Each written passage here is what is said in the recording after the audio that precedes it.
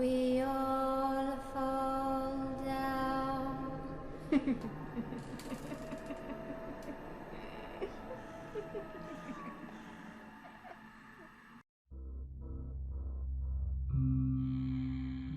Bonsoir à toi, mon très cher bourreau. Alors, ta petite journée, elle s'est bien passée?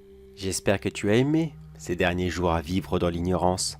Car dès maintenant, quand tu ouvriras ton PC et que tu entendras tout cela, tu auras une autre vision de la vie et aussi de la mort. Attention, cela est très important car tu as une approche très directe avec elle. Vraiment, tu l'apprécies, mais crois-moi que c'est pas vraiment une très bonne amie. Au loin de là. Toi, tu t'en fiches, tu prends ton pied, tu t'amuses, comme tu l'as fait avec moi, comme tu l'as fait ce soir-là. Je me souviendrai encore, ça s'est passé il y a 2 mois, je dirais à peu près. Je rentrais tout simplement à la maison comme d'habitude. À la seule différence, c'est que cette fois-ci, j'ai dû rester un petit peu plus tard pour faire des heures supplémentaires. Je ne le savais même pas que j'allais en faire, c'est ça le pire. J'ai été surpris, c'était soi-disant pour finir un dossier d'auto-urgence, alors que non, il ne pressait pas du tout, mais enfin... Je n'y ai pas porté attention et je me suis dit, bon bah d'accord, pourquoi pas, faisons donc ça. Mais plus j'y pense maintenant, comment toi tu pouvais le savoir, qu'en m'attendant précisément dans ce parc, à ce moment précis et dans ce coin, alors que je n'allais même pas rentrer à mes heures habituelles, comment tu pouvais le savoir, que j'allais passer à cet endroit, à ce moment? Figure-toi que j'ai très longtemps cru au hasard. Je me disais souvent, bon bah j'étais au mauvais endroit au mauvais moment, c'est tout. Il n'avait pas quelque chose contre moi spécialement. Eh bien si, visiblement c'est toi qui t'es arrangé pour que je reste là. Comment t'as fait, je ne sais pas, je n'en ai aucune idée. Mais tu voulais que je sois exactement à cet endroit. Ça là-dessus, je te dis bravo. C'est vrai, je sais pas comment t'as fait, mais bravo à toi. Ça a été si rapide. Je me promenais dans le parc, et j'ai entendu un léger bruit derrière moi. Et le temps que je me retourne, tu étais déjà là, à me poignarder, encore et encore et encore, jusqu'à ce que je m'écroule sur le sol, et que tu ne me tranches la gorge, une bonne fois pour toutes. Est-ce que tu as pris mon portefeuille? Non, pas du tout.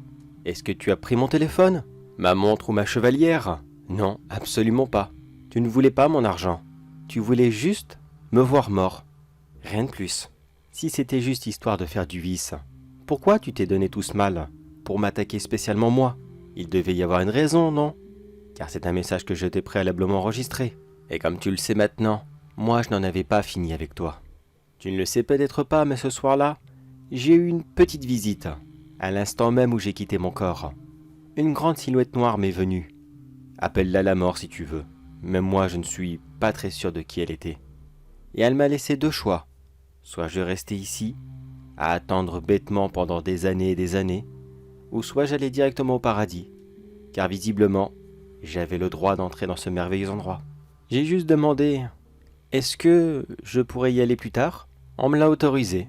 Je peux rester sur Terre encore un moment, à attendre pour des projets personnels. Puis je me suis mis à te suivre, partout.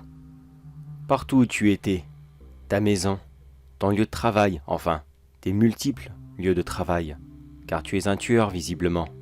Est-ce que tu fais ça pour l'argent ou pour le plaisir? Ça, je n'ai pas très bien compris encore. Un tueur à gages ou un vulgaire sadique, je n'en ai aucune idée. Mais partout où tu étais, et j'étais derrière toi. Il y avait des choses que je ne pouvais pas voir pour autant. Je te voyais mais je ne t'entendais pas. Je savais que tu discutais avec des gens, peut-être pour des contrats. Je n'avais que la vue, pas l'audition. J'étais comme un sourd, dans ce gigantesque monde, mélangeant la vie et la mort. Je te voyais, tu étais une nouvelle victime. J'ai assisté à pratiquement toutes les mises à mort que tu as fait. Toutes, sans exception. À chaque fois j'allais parler à ce nouveau fantôme, lui expliquant ce qui lui était arrivé et pourquoi tu avais fait ça. Mais eux, ils ne voulaient pas vraiment d'explication. Ils étaient sonnés, perdus, complètement dans le brouillard. Certains sont allés au paradis, d'autres en enfer. Mais pratiquement personne n'est resté ici. J'étais toujours tout seul. Moi, de mon vivant, je n'avais pas de famille et très peu d'amis. Je n'avais plus que toi à m'accrocher. Plus que toi qui donnais un petit sens à mon existence sur Terre. Enfin, à mon non-existence sur Terre plutôt, vu que je suis mort. Et puis c'est arrivé. Il y a quoi, une semaine maintenant? Je te regardais dormir comme d'habitude, en attendant que le jour se lève. Tu t'es réveillé en pleine nuit. Tu as regardé dans ma direction. et tu t'es mis à hurler. Et à hurler si fort que j'avais bien cru que tu avais fait le plus gros cauchemar qu'on ne peut imaginer. Mais non, pas du tout.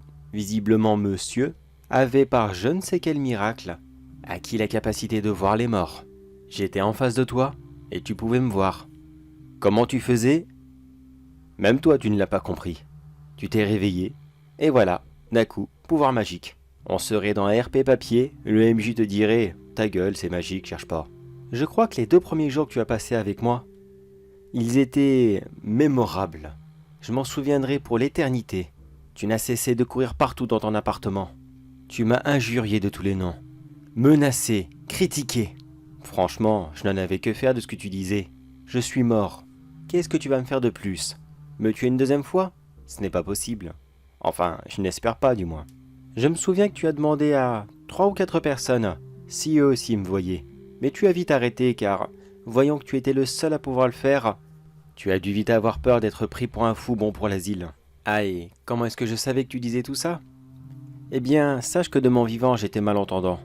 Alors, quand quelqu'un vous fixe et vous dit des choses, certes, on n'entend pas spécialement ce qu'il dit, mais avec la lecture sur les lèvres, ça marche très bien. Malheureusement, quand tu parlais à tes clients ou victimes, je ne sais pas trop ce que c'était, tu ne me regardais pas, et je ne pouvais pas savoir ce que tu disais. Mais bon, on n'est pas là pour ça. Si je te passe ce petit message, c'est pour plusieurs bonnes raisons. Déjà, c'est pour que tu saches, même si j'imagine que tu vas en avoir rien à foutre, que j'ai enfin réussi à apprendre à enregistrer des messages comme cela. Là, j'utilise ton PC, mais ton téléphone, ou même des vieux Walkman, auraient pu largement faire l'affaire. Mais c'est surtout parce que l'autre jour, alors que je te suivais encore, j'ai croisé quelqu'un que j'entendais. Oui, quelqu'un que je pouvais entendre.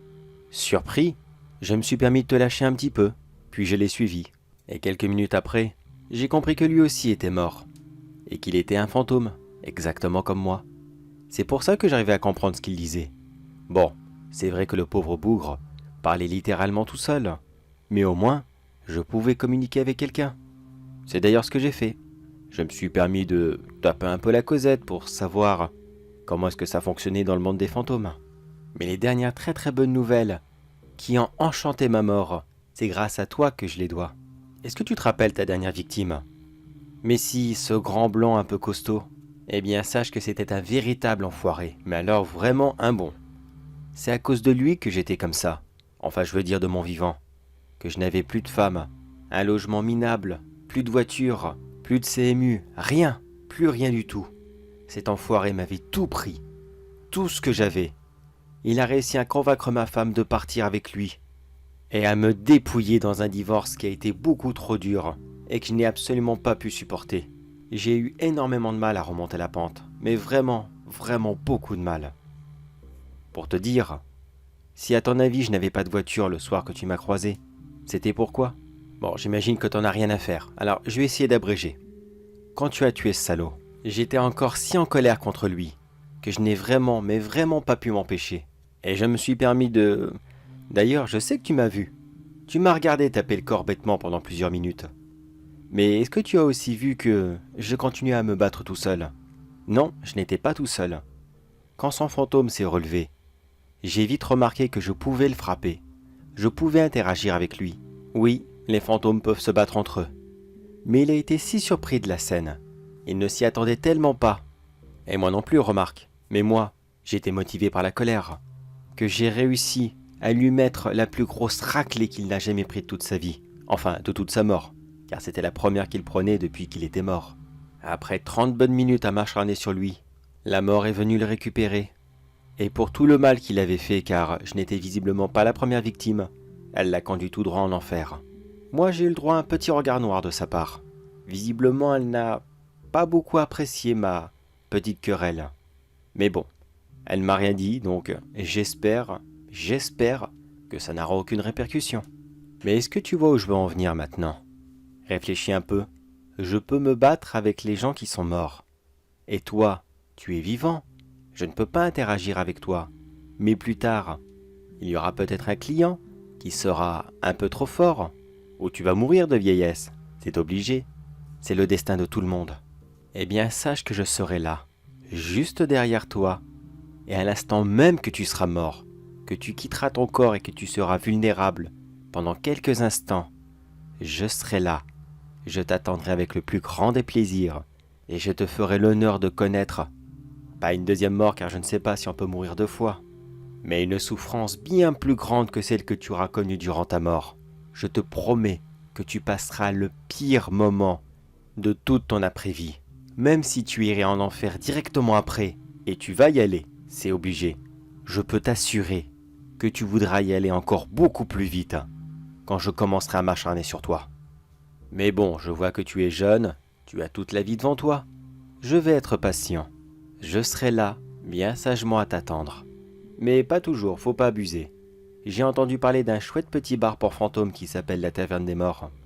Et j'ai bien l'intention d'aller y faire un tour de temps en temps. Juste histoire de me changer un peu les idées. Tu dois bien le comprendre, toi qui es un gros consommateur de boissons, n'est-ce pas? Ah tiens, tu viens de rentrer. Écoute, tu sais ce qu'on va faire? Je vais arrêter d'enregistrer et je vais attendre juste à côté de toi que tu écoutes ce message. Vas-y, prends ton temps, je suis là, je patiente.